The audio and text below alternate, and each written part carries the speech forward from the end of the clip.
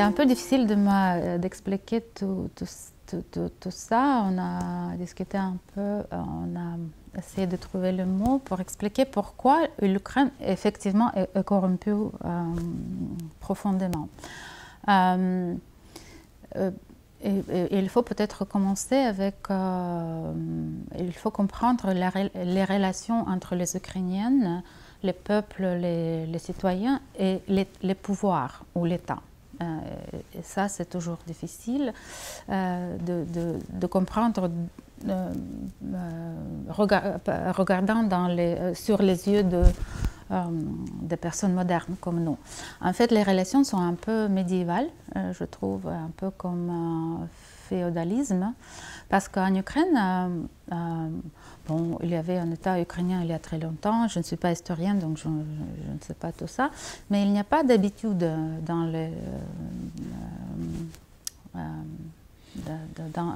les peuples ukrainiens de penser de l'État comme c'est leur État. Il y avait toujours un État étranger, dans le passé l'Union soviétique, l'Empire russe, les Polonais, Lituaniennes et les autres. Donc l'État, c'est toujours peut-être pas un ennemi, mais quelque chose à éviter. Voilà.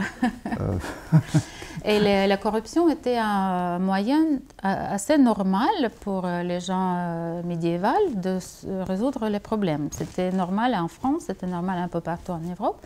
Donc c'était encore normal en Ukraine il y a quelques années. Mais après cette révolution de dignité qu'on a discutée, quand les gens ont commencé de comprendre les mécaniques de tous ces oligarques et le pouvoir public. Et pour eux, ce n'était pas plus acceptable. Donc, ils ont commencé à demander. Il y avait une vraie demande de société de changer ce système. Et c'était après la révolution de dignité quand on a commencé de construire les institutions anticorruption en Ukraine. Ce n'est pas encore très visible de l'Ouest ou de l'extérieur, mais à l'intérieur en Ukraine, il y avait des mouvements assez importants contre la corruption. On a commencé avec le bureau anticorruption, qui est police anticorruption, qui était établi, je ne sais plus, il y a peut-être 6 ou 7 ans. Et il y avait une vraie bataille pour choisir le patron, le chef de ce bureau. C'était une vraie bataille pour avoir quelqu'un indépendant. Ça, c'est le plus difficile en Ukraine parce que chaque oligarque, chaque parti politique, chaque ministre voulait avoir son personne. Donc, c'était une vraie bataille. On a choisi quelqu'un qui a fait un beau travail. Maintenant, récemment, il y a 2 semaines, on a déjà choisi le deuxième chef pour ce bureau. Donc ça commençait à marcher. Il y a des problèmes, bien sûr, mais ça a commencé à marcher. Puis on a établi un parquet anticorruption spécialisé. C'était aussi difficile, mais ça a commencé à marcher un tout petit peu. Donc il y avait déjà quelques investigations, quelques cas qui ont été dans in the works of law enforcement. C'est en cours, je ne sais pas, ça se développe. Oui, oui. Après, on a établi une haute cour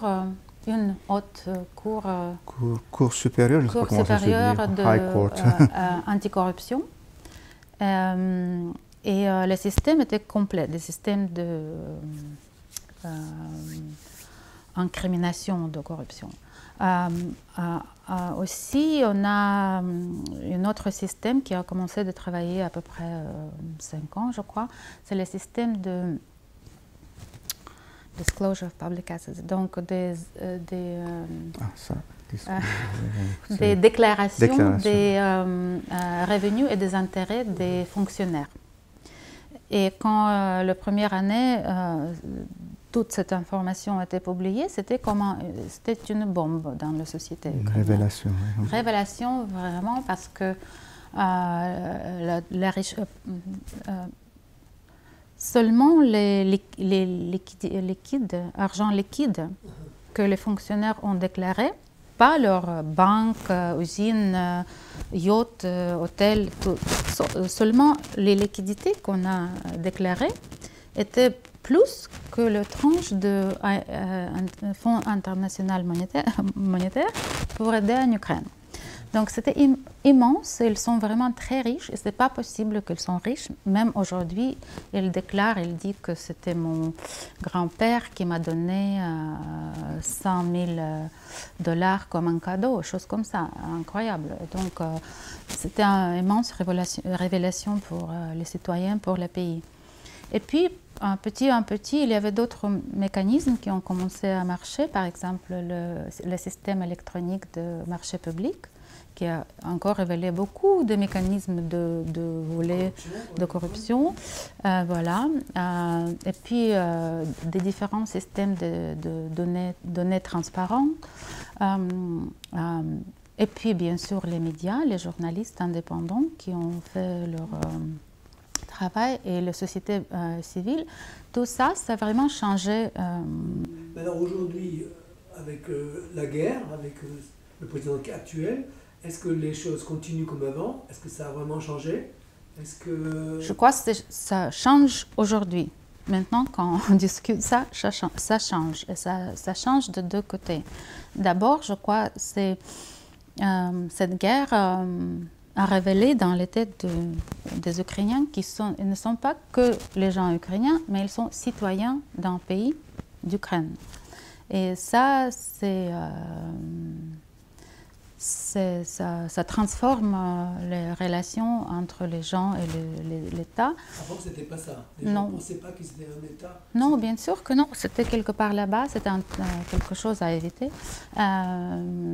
Les premiers mois de cette partie de la guerre, notre pays, qui est officiellement pauvre, statistiquement pauvre,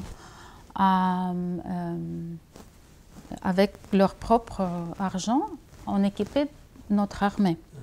Bien sûr, pas avec les tanks et les missiles, mais tout le reste, c'était les gens comme moi et mes amis ou les entrepreneurs et même quelques oligarques qui ont donné et ont équipé ce pays.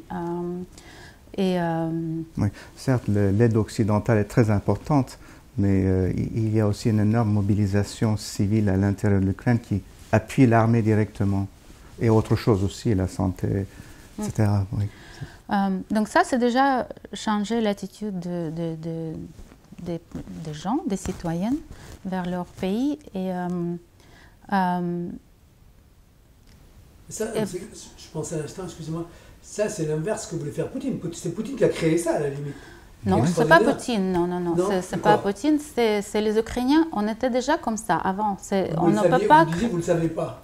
On ne savait pas parce que, je crois, on n'a pas pensé de grand chose. On a été là, en Ukraine, pendant les dernières 30 années d'indépendance. On a commencé de construire notre pays sans des grandes pensées de qu'est-ce qu'on fait. On a fait ça. On a travaillé, on a profité de notre liberté, on a profité de notre travail. Les gens ont voyagé. Il y a beaucoup des Ukrainiens qui travaillent en France ou en Portugal ou en Italie. Ils save some money. Ils ont épargné. Et puis ils importent en Ukraine et ils commencent leur propre hôtel, le business et tout ça. Et ils ont déjà développé en différentes attitudes vers leur État. Mais l'État était très éloigné, pas du tout fort et aussi corrompu. Maintenant, dans cette situation, c'est les citoyens qui ont déjà développé cette attitude vers l'autre pays. Maintenant, c'est eux qui demandent à l'État de changer. Et ça, je trouve, ça va être la plus importante question après notre victoire. Comment ça va se jouer?